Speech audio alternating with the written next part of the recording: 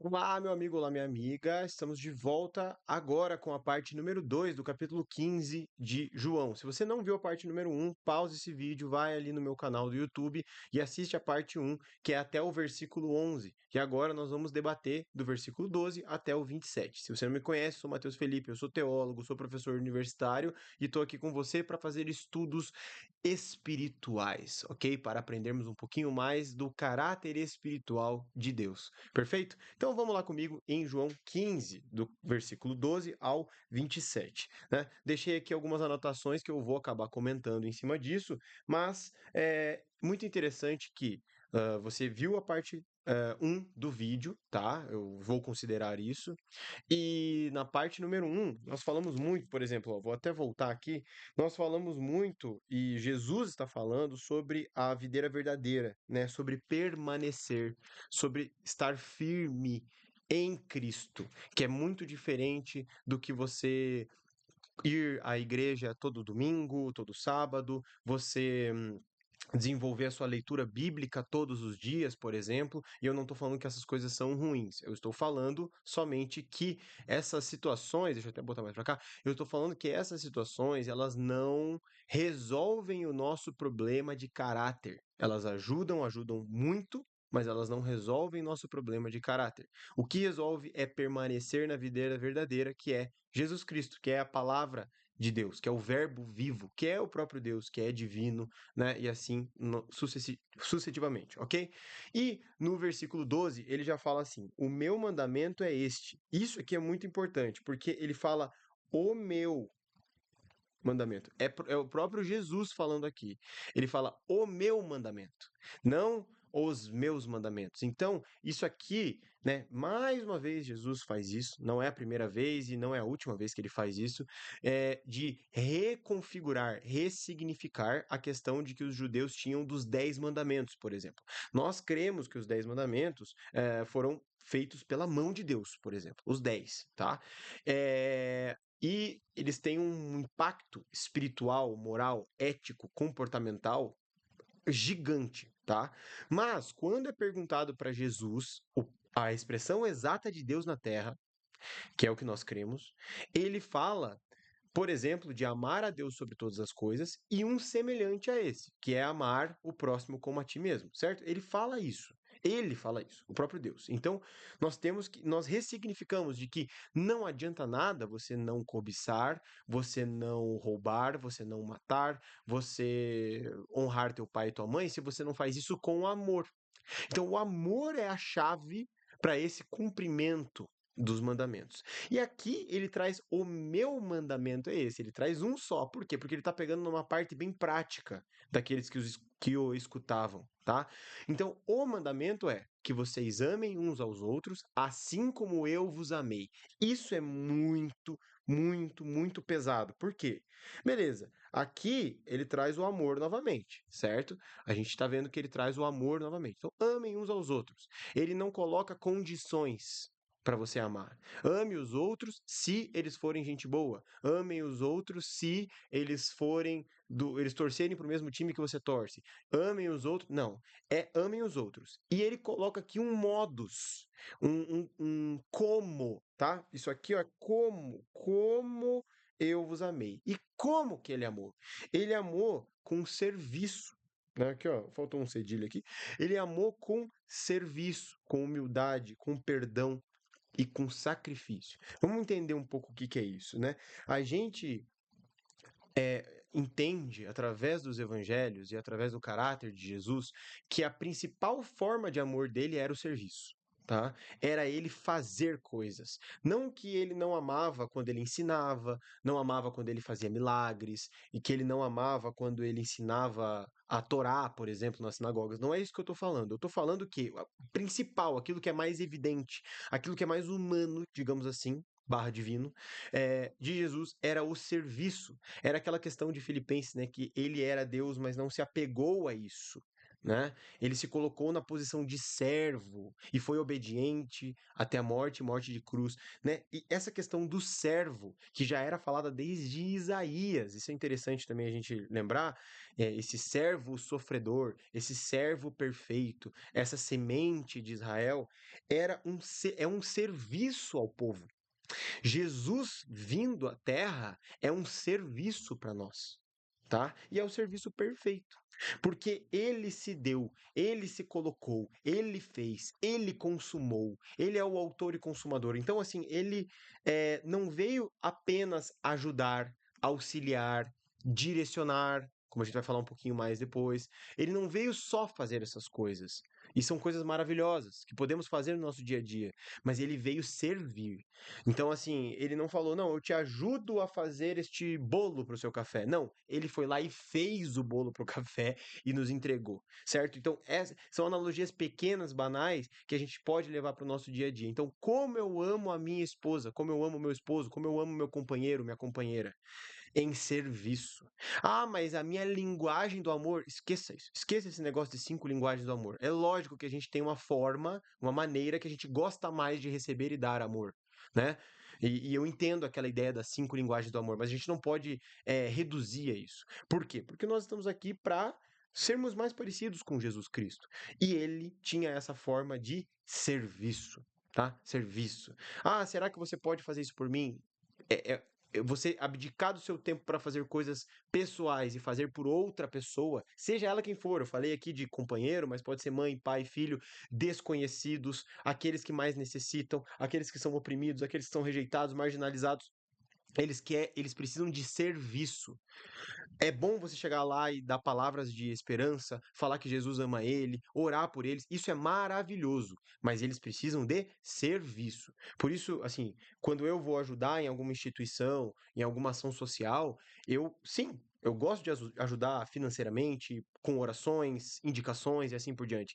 Mas quando eu tenho a oportunidade de servir, isso é realmente aquilo que Jesus está falando aqui, tá? E isso com humildade, perdoando, sendo compassivo, gracioso, misericordioso, porque nós podemos ser isso se nós temos o Espírito Santo.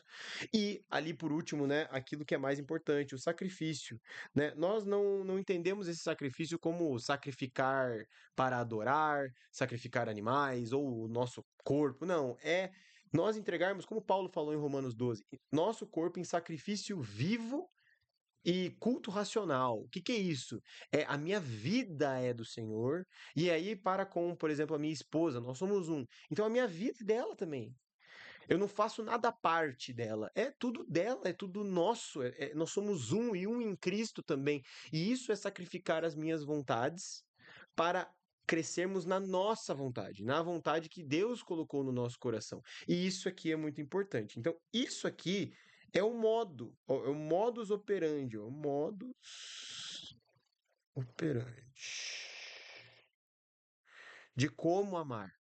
E qualquer coisa que seja fora disso não é Cristo. Ah, eu amo, mas eu amo de uma forma que a gente pode entender que é uma forma egoísta. Eu amo se aquilo não me atrapalhar. Isso não é Cristo. Isso não é Cristo. Então, não é desse amor que Jesus Cristo está falando, tá? E sim, eu acredito sim em toda forma de amor, mas toda forma de amor que é em serviço, toda forma de amor que é humilde, toda forma de amor que é leve, livre, sacrificial. Eu acredito nisso. Isso é uma opinião minha aqui, tá? E aí aqui ele coloca o seguinte, um pouquinho mais pra frente ele fala, vocês são meus amigos, se fazeis, né, se fizerem o que eu mando. Vocês são meus amigos se, ó, amigo, isso aqui é incrível, tá? Porque naquela época, principalmente, e em várias outras religiões, ou qualquer religião, as pessoas não veem Deus como um amigo. Elas veem, pode ser como um pai, mas é um pai assustador, né? Quase que tirano, assim. E Jesus se coloca como amigo. E vocês, nós, somos amigos de Jesus se nós fizermos aquilo que ele manda. Nossa, mas isso me parece muito. Como é que eu vou dizer? Qual que é a palavra para isso? Isso me parece muito mandão, né? Um Deus muito mandão. Não, mas qual que é o mandamento dele? Qual que é a ordem dele? Qual que é a ordem dele? É o amor, é amar, é amar. Ele acabou de falar: o meu mandamento é amem uns aos outros. E aí embaixo ele coloca: e vocês são meus amigos se vocês fizerem o que eu mando. E o que eu mando? Então, se a gente ama uns aos outros, se nós nos amamos, né, em comunidade, nós somos amigos de Deus. E isso é poderoso. Olha, até isso é poderoso, cara. Porque não é, você vê que ele não fala que a leitura da Torá naquela época é ruim, né, na nossa época da Bíblia ou de qualquer livro que você vai ler, espiritual, digamos assim, filosófico, sociológico, antropológico. Nada disso é ruim, na verdade são coisas boas, mas ele não coloca a amizade com Deus num livro. Ele coloca a amizade com Deus, a amizade com ele no amor. E isso é poderoso, porque você não precisa ser letrado, você não precisa ser alfabetizado, você não precisa falar a língua A, B ou C da tribo, de povos originários que você é, da nação, dos povos ribeirinhos aqui no Brasil. Não importa. Se você ama, você é amigo de Deus. E mas ama desse jeito que Jesus amou. E tem essa consciência, você é amigo de Deus. Isso é maravilhoso, cara. Isso é muito maravilhoso. E ele continua falando. E não foram vocês que me escolheram, eu vos escolhi. Ou seja, nós, para dizermos sim a esse Deus, a esse Jesus, falarmos, beleza, eu quero andar com você, que é uma decisão, eu entendo nesse sentido prático comportamental. Antes disso, ele nos escolheu, ele nos preparou, ele nos chamou, ele nos direcionou para que dessemos fruto. Né? Lembra que ele fala da videira? Lá no vídeo número 1, de novo, se você não assistiu, vai para o vídeo número 1. Aquele que permanece na videira dá fruto. E o que é esse fruto? Nós falamos no primeiro vídeo e aqui ele está falando da mesma coisa, gente. Da mesma coisa, é o amor, de novo. Aquele que é amigo de Deus, aquele que faz o que ele manda, que é o próprio amor, ele dá fruto, que é o quê? O amor. Então, o amor, Deus é amor. Então, se ele é amor, tudo aquilo que envolve Deus, tudo aquilo que envolve Jesus é o amor. O início, o meio, o fim é tudo pelo amor. A eternidade é amorosa, sabe? E isso é uma coisa que às vezes não entra na nossa cabeça, eu entendo, é uma coisa meio metafísica, digamos assim, mas é lindo.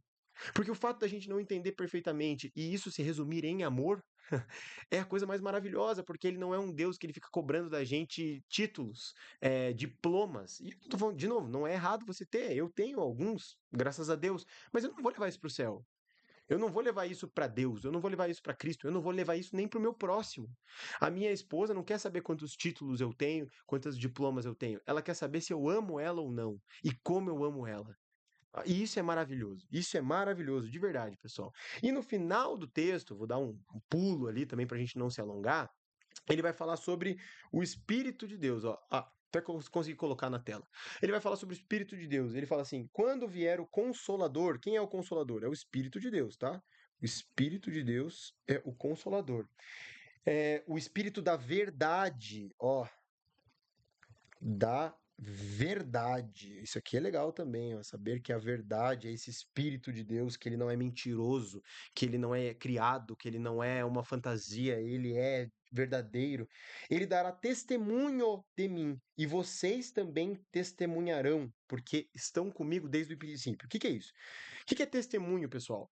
É quando você é prova ocular, digamos assim, de alguma coisa. É a prova social. Na comunicação a gente chama muito disso, né? Prova social, que é um depoimento, por exemplo. Quando você é, vai dar um depoimento para uma outra pessoa, uma outra situação, ou uma coisa da justiça, né? Alguém que vai lá como testemunha, né? O que é isso? É falar, ó, eu vi, aconteceu de tal forma, eu vi que foi isso. Olha, eu estava lá, eu vi que foi desse jeito. Eu fui, eu vi, eu fui, eu tava, sabe aquela? Então, é o testemunho. O Espírito, ele dá testemunho de Deus. Ou seja, se o Espírito é esse caráter de Deus. Então é óbvio que ele dá testemunho, mas ele está falando que o Espírito dentro de nós, o Espírito dentro de você, faz com que você, que eu, com que nós sejamos testemunhos deste Deus. Então, aonde nós vamos, nós damos testemunho desse Deus. E aqui é muito interessante, porque como que é esse testemunho?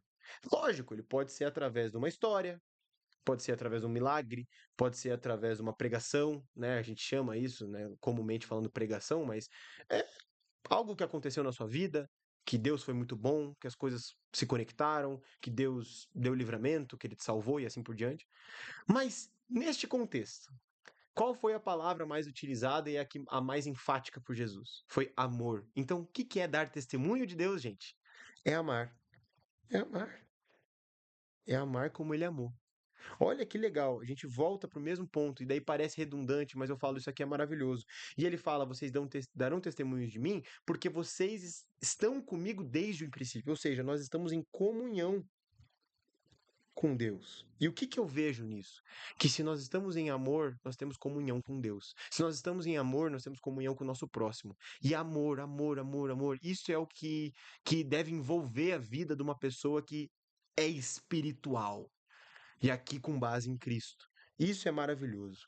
Então, não vamos ser levados por questões religiosas, dogmáticas, doutrinárias, mas vamos ser levados por esse amor de Cristo, porque é isso que nos faz obedecermos a Ele nesse sentido de pai para filho, mas é isso que nos faz amigos de Deus. E isso aqui é transformador para a nossa vida, certo? Eu agradeço por você ter ficado comigo até aqui, eu espero que você tenha ficado comigo até aqui. E logo, logo teremos mais estudos para a gente aprender um pouquinho mais e melhorar um pouquinho mais. Valeu, um abraço.